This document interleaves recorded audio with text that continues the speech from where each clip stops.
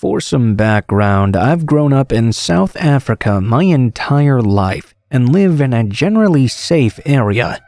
Any medical professionals in South Africa, i.e. doctors, physios, etc., have to complete a year of community service where the government places you in a most likely rural area where you're expected to work in a public facility and help around the community. Being a medical professional, I moved to another province, equivalent to a state, in South Africa for a year to complete my aforementioned service. I won't mention the specific area, but it's considered more rural than the regular South Africa city. Needless to say, having not lived there for very long, I wasn't always sure which hangout spots were considered safe and which ones you'd much rather avoid. Fast forward a few months into living in this new province, my boyfriend came to visit me. We drove around and noticed a huge park enclosed by a fence nearby. There were tons of families walking around in the grass, having barbecues, sitting on benches. We thought it looked like a pretty safe area. We chose a spot on a bench and sat down together to talk. My boyfriend still lived back home, so we were doing the distance thing. I was sad he was going to be leaving again in just 2 days, and started crying because of this. That actually is relevant later. He calmed me down and we sat looking at all the people walking around. Next thing we know, these two guys started walking from about 20 meters away, heading right for us. They looked extremely sketchy too. All mismatched clothes which were torn up, and they were doing the typical gangster walk. We thought they might just walk past us, but they literally walked straight up to us. Being from South Africa, my boyfriend and I both had an immensely bad feeling about the encounter soon to come. They approached us. We froze in place instead of getting up and walking away. One of the gangsters, clearly covered in gang tattoos, crouched down next to me, while the other one went around to my boyfriend and stood behind him. They asked us if we could help them out with some money because they'd just gotten out of jail yesterday. We said we didn't have any, but they were persistent and wouldn't leave us alone. I was starting to freak out at this point. I'd been robbed before, and I knew this persistent behavior could and eventually would escalate to violence. They told us they didn't exactly want to hurt us, but they needed the money and whatever else we had to give or else. My boyfriend realized this too, and took out his brand new phone in hopes that would make them leave us alone. They took the phone and glanced it over a few times. The brand was not common in South Africa, and because they couldn't recognize it, they said they didn't want this. They moved in closer, behind us, crouching down. We assumed that so the other people around us wouldn't see them. I tried to hide my car keys in my pocket. I was scared they'd try to take the car as they kept looking over at me. I didn't know what to do and I was feeling overwhelmed, so I just started crying. I lied and told these gangsters that we just found out my boyfriend's dad passed away. Could they not see we were very upset? There was no way we'd be able to make it to his funeral if they took all our stuff from us. Luckily, as I said before, I had already been crying beforehand when they arrived, so it didn't seem like a lie at all. The one on my boyfriend's side's demeanor immediately changed. He apologized and gave his condolences. I was very surprised at this. The other gangster crouching beside me didn't seem to care though. He reached into his pocket. At this point, I was very sure something bad was about to happen. Likely he would pull out a knife on me. I grabbed my boyfriend's hand and we tried to run away. They just stood there watching us and luckily didn't try to chase after. I guess they decided there were too many people around. For anyone wondering, South Africa's crime rate is extremely high, one of the highest in the world. And while most areas are safe, you can never escape running into situations like this. For anyone thinking we may have been prejudiced because they didn't technically do anything, I can promise you, when you see a South African gangster, you will know. They're known for being cold and ruthless, so I'm glad we made it out of there unharmed physically. I don't want to know what would have happened if we didn't get out when we did, or if they hadn't believed my lie.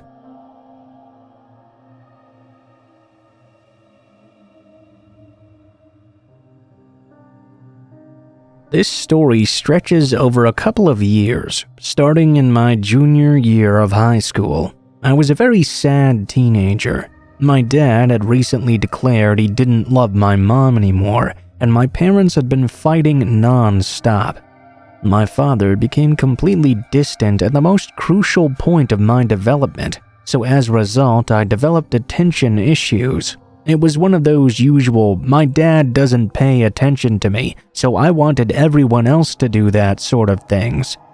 Not going to lie, I wouldn't go as far as to blame myself for this situation because I was a minor, but I can't say I didn't want it when it first started. We met online, like it usually happens. He was attractive, very smart, a college student. He told me he was 20. I'm not sure if that's true or not, because apparently he told me a fake name also. I had turned 17 that summer. It was nearing March of my junior year, and we hit it off immediately. I liked him a lot actually, so nearly a week after us talking, we decided to meet up. He lived a couple of hours away from me, which he drove all the way through traffic just to meet me at school. That sounded sweet to me at the time, but now it just raises major red flags.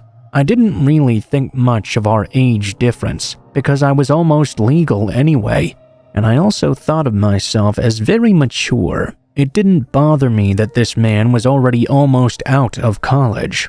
He picked me up from school in his Prius. We hugged and decided to go to the mall to just hang out a bit. It was nearing sunset at this point. He bought me some ice cream and everything had gone pretty nicely. Everything changed when we went to his car though. He drove out to the empty side of the mall parking lot and asked if I wanted to make out in the back.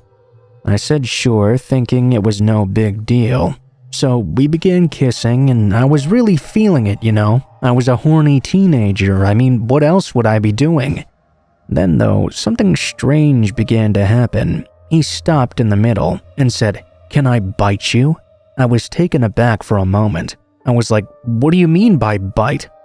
"I don't know," he said. "I just get so turned on by pain. I love seeing people suffering." I was like, maybe he's into BDSM or something. I thought it was really strange, but maybe he just worded it poorly or something. Also, I didn't really want to be bitten though. A certain fear began to settle in. I felt nervous. I realized we were all alone, and this dude had just said something super unsettling. It was getting dark outside as well, and the doors were all locked. I felt myself backed into a corner. I legit thought to myself, if I say no, will he hurt me? I decided to say yes with much hesitation, but tried not to show it. I said he could bite me on the arm, but to stop when I said so. He said he would try, but no promises because he couldn't control himself. I was terrified. The man bit me so hard it looked like a zombie bite from one of those TV shows. He bit me right on the center of my forearm. It was dark purple, and he left teeth prints in my skin. I couldn't handle him biting me for such a long time, so I screamed in pain, at which point he removed his jaws from my arm, and it started to bleed. After that, he took me home. I was alarmed, but I just couldn't stop talking to him. I still talked with him for weeks after. He started to tell me all types of alarming information about him. He talked about being together and running away with each other because our parents wouldn't understand. He was a Muslim and I was a Christian. He got so weird though that we stopped talking for a while.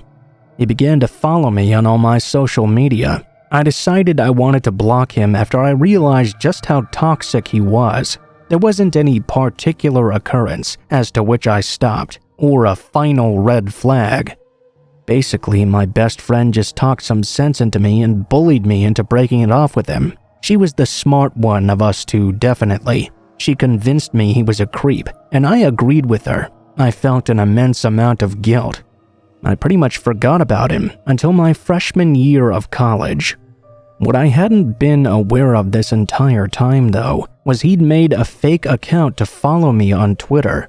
I had already been in a relationship for about a year, and this one time, without even thinking about it, I decided to post a kind of racy picture on Twitter.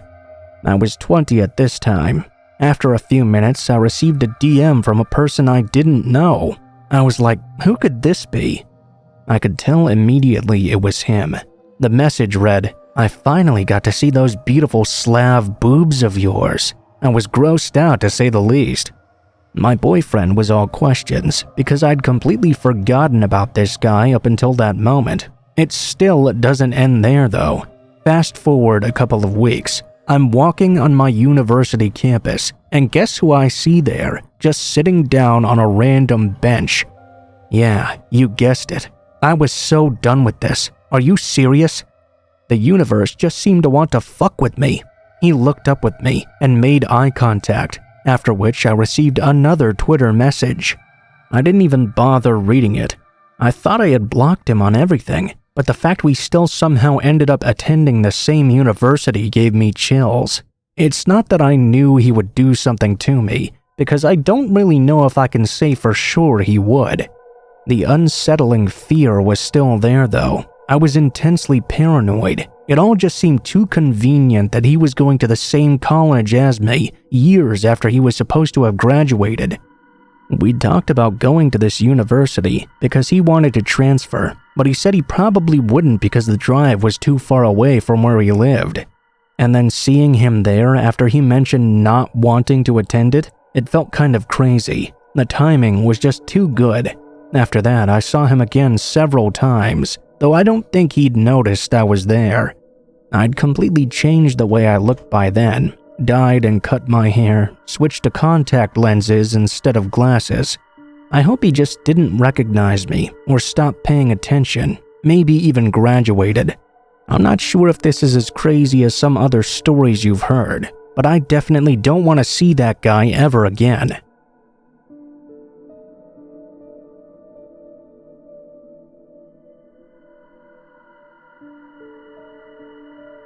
I used to work at Borders way back when, though I had another job at the mall as well. Something about being at the bookstore, though, made me much more recognizable, I guess. I often had people approach me when I was on the street, or ask me about the store's sales while I was at a drive-thru window. It was mostly harmless stuff, though I did get some creeps on occasion. At the time, I had a dating profile up, but I had to take it down. I'd started getting really weird messages from people saying they'd seen me at the grocery store or something. Just really bizarre crap. The killing blow that finally made me close it, however, came shortly before my 19th birthday.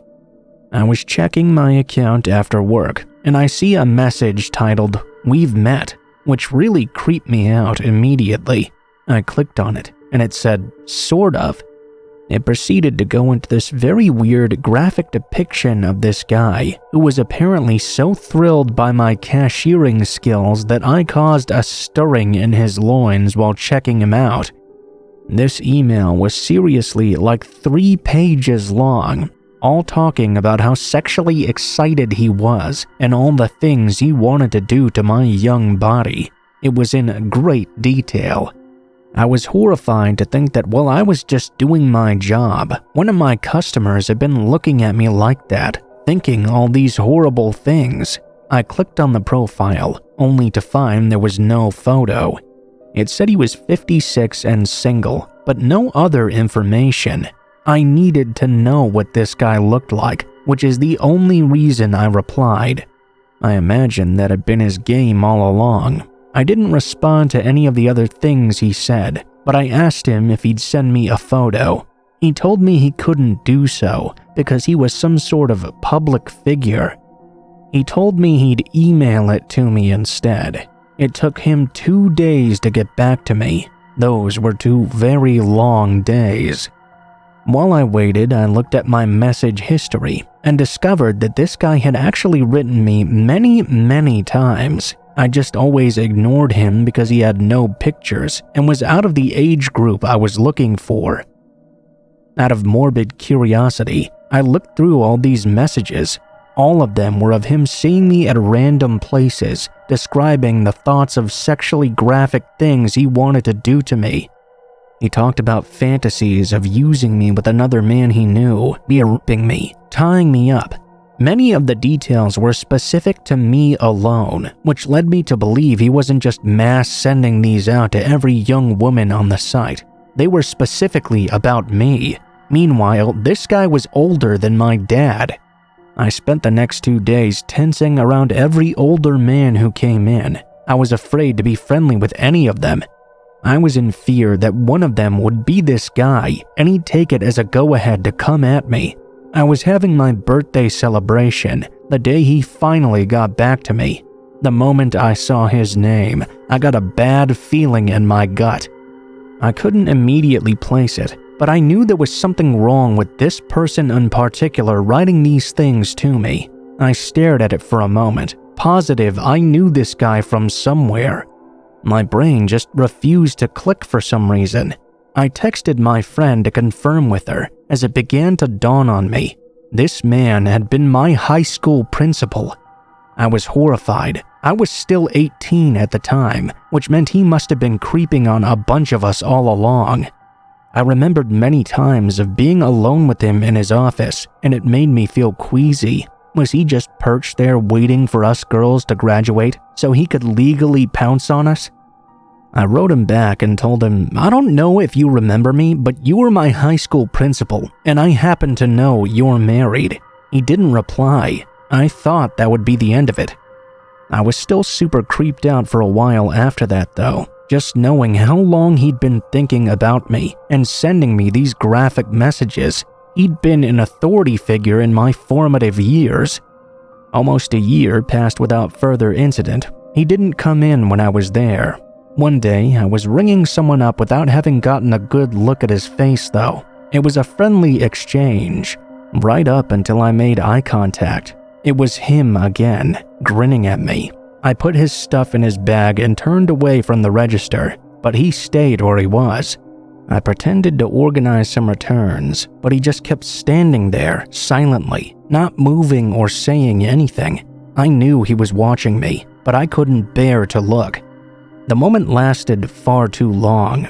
Finally, I grabbed my headset and asked a manager to come to the front of the store.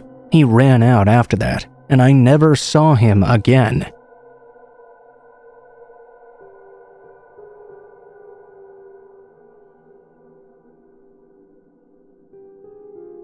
This first started when I went to a summer camp in my junior year of high school. I met this girl, whose name was Mar. I introduced myself to Mar. Then, for the rest of the 6 weeks, I talked to her probably a grand total of 3 times, which includes my introduction, the time she locked me and my friend in a room, and when I said goodbye when the camp ended. She seemed really nice, and I thought she was extremely sweet. Fast forward a year, I get a text out of nowhere saying, "Hey, I missed you. It's me, Mar." We continued to text, catching up on our lives. At the time, I thought this was fairly normal, as I'd usually get texts from people at that camp trying to catch up, and it was really nice hearing where they were in life. About 9 texts in, after catching up on everything, she suddenly asked me, "Would you go to prom with me?" I dismissed the strangeness because I thought she was probably desperate to get a date for prom. I was about an hour drive away, and that was a good distance. She let me know the date of her prom, which I realized was the day after my own, and the day before one of my concerts of an orchestra I was in at the time. I let her know of the complicated situation, but she continued to try and convince me to go with her. Every day, she texted me many times asking if I could go, saying that I had time, that I should do it for her. I said yes in the end. I felt like she really wanted a date to prom for the experience, so I thought, why not? I would want the same if I was in her situation. What could go wrong? 3 days later, I'm playing some games on my PC at the time, when I hear my older sister yell the darndest thing from downstairs. "Your girl is here!" Confused, I go to the window of my room, and what do you know? Mar is standing in my driveway, smiling and waving at me. Now, most people might have thought, oh my god, how did she find my address? How did she know I wasn't doing anything right now? What the fuck? Instead, my dumbass instantly thought, oh shit, she drove an hour to get here. I feel kind of bad. I headed outside to meet her and ask her why she was here. The first thing she said to me was, I drove an hour to get here, so you should take me out on a date. Behind me was my dad, approvingly shaking his head. Before I could even reply, he told me to go. He had such a proud look on his face. That's when I realized this situation might be kind of bad.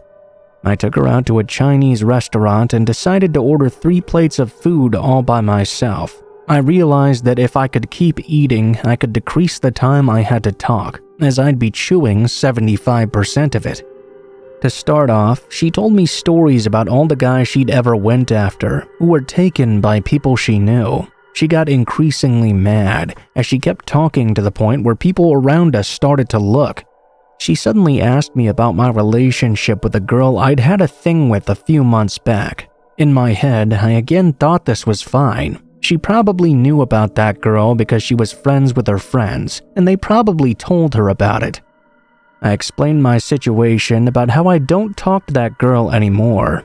Mar suddenly gets this flare in her eye. She asked me what I planned to do with the time until college, and if I was interested in dating. I told her I didn't really have any particular plans. After a few more places we go to, because she said she wouldn't leave until she was satisfied with her time with me, I went back home, and we decided to play games on my Wii. After a solid game of Super Smash Bros. Brawl, she realized I was not having much fun. I guess you're kicking me out then. She proceeded to try and kiss me. Out of panic, I put my entire right hand on her face and pushed her away. I led her out of my house and to her car. Once she got in, she started to take pictures of me on her Snapchat with the caption, "First date." I told my parents about the situation, and I swear to God, they literally brushed it off right away. Oh, people can be like that. You should be happy a girl likes you. My sister, though, started to figure out that maybe this was not good. She agreed with my parents, though, because she thought it would be funny to see how this all went. 2 weeks later of dodging all her texts of her asking to come over again, I'm heading to her pre-prom party. I was completely exhausted, to the point where I couldn't even run. I was not ready for another prom. Surprisingly though, the pre-prom party and the prom itself was a lot of fun. She didn't do anything that made me feel uncomfortable, and her friends were amazing. After the prom, she took me back to her friend's house. She then asked if I could stay the night, which I couldn't due to my concert the day after. She started to get very angry with me, so I texted my sister to help me. For the first time ever, she came to my rescue. An hour later, as Mar was getting increasingly furious with me, I got a call from my sister saying she was outside. I let Mar know and ran out of the house, relieved my day of prom with her was now over. A few months later, I got an anonymous letter in the mail addressed to me. Inside were 3 whole pages, filled the front to back with a declaration of love from Mar. It explained how she fell in love with me at first sight, how everything I did made her love me so much more. She couldn't live without me anymore. I met up with a friend a few days later, and he showed me all these Snapchat conversations with her. Just walls of texts, questions asking personal things about me. For the next year while I was in college, I would get random texts and Snapchats from her, showing pictures of her coming to my town and asking where I was. There were times she would go to my town's high school games and send pictures of our coaches with their jackets and the name of my town on there. Eventually, she stopped messaging me because I blocked her on everything, but I don't know if that means she stopped following me at all.